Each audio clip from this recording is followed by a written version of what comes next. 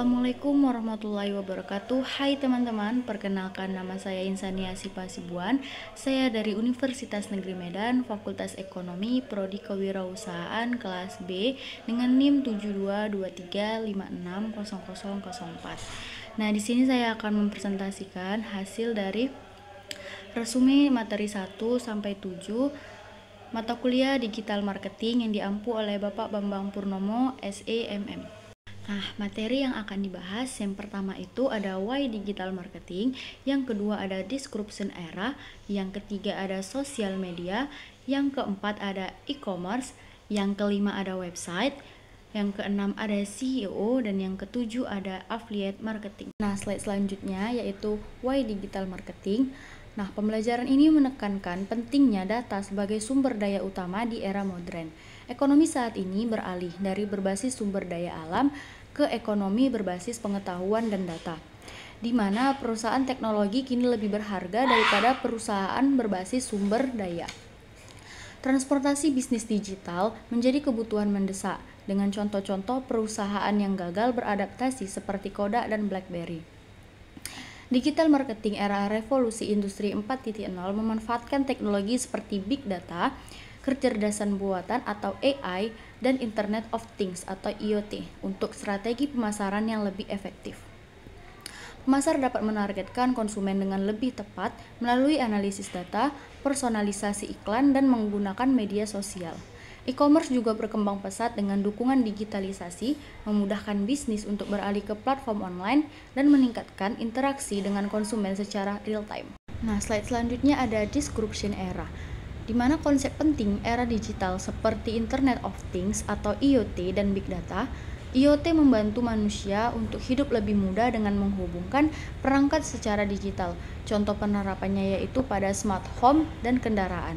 Big Data merujuk pada teknologi untuk mengelola data dalam jumlah besar, baik secara terstruktur maupun tidak terstruktur, yang memungkinkan bisnis memahami perilaku konsumen lebih baik dan membuat keputusan yang lebih akurat. Pemasaran digital lebih unggul dibandingkan metode konvensional karena lebih bersifat efisien, tepat sasaran, dan berbasis data. Keunggulan digital marketing ialah murah dan efektif, interaktif, merespon dengan cepat, lebih terstruktur, dan tidak ada batas geografis. Selanjutnya ada sosial media, di mana media sosial ini sangat penting dalam digital marketing karena membantu bisnis menjangkau banyak orang dengan biaya yang relatif rendah.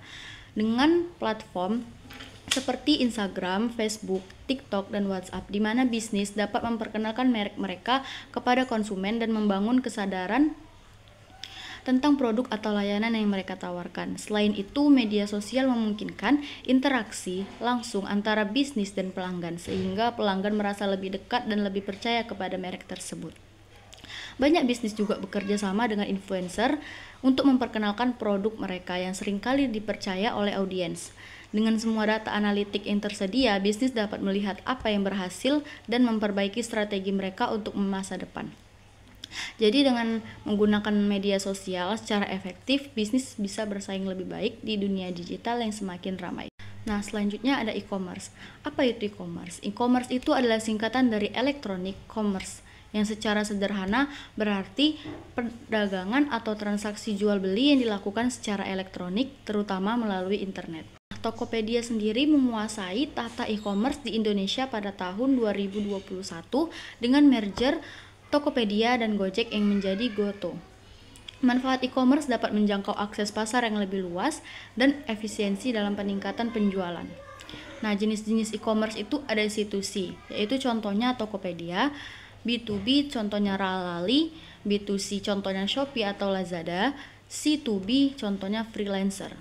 Nah, slide selanjutnya itu ada website. Apa sih itu website? Website itu sebuah kumpulan halaman yang di dalamnya terdapat informasi teks, data, gambar, ataupun video yang bersifat dinamis maupun statis.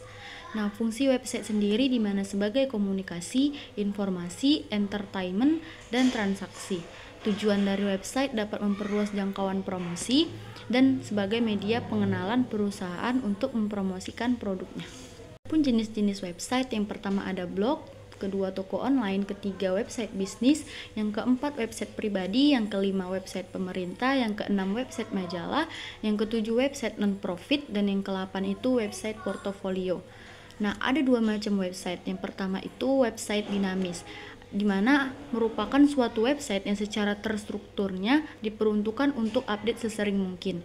Nah, sedangkan yang website interaktif yaitu suatu website yang memang pada saat ini memang terkenal. Contohnya website interaktif seperti forum dan blog, di mana website ini para pengguna bisa berinteraksi dan juga beradu argumen mengenai apa yang menjadi pemikiran mereka. Slide selanjutnya ada SEO atau Search Engine Optimization, yaitu strategi yang digunakan untuk meningkatkan visibilitas dan peringkat sebuah situs web di hasil pencarian mesin seperti Google.